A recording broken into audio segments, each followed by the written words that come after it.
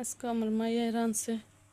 আজকে না, আজ কয়দিন ধরে আমার এই ছোট মেয়েই রাঁধে।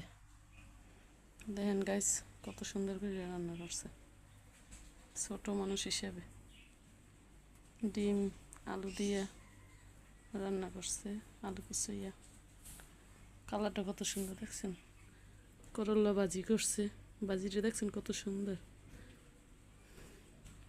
তারপরে ডাল রান্না করছে, কারণ আমি অনেক অসুস্থ, জ্বর, মাথা ব্যথা, এই যে ডাল রান্না করছে।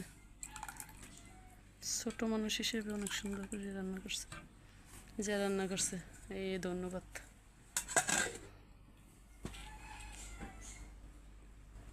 সবাই দোয়া করছেন যেন আমি তাড়াতাড়ি সুস্থ হয়ে যাই, আর আমার মায়ের জন্যও দোয়া করছেন। আল্লাহ হাফেজ।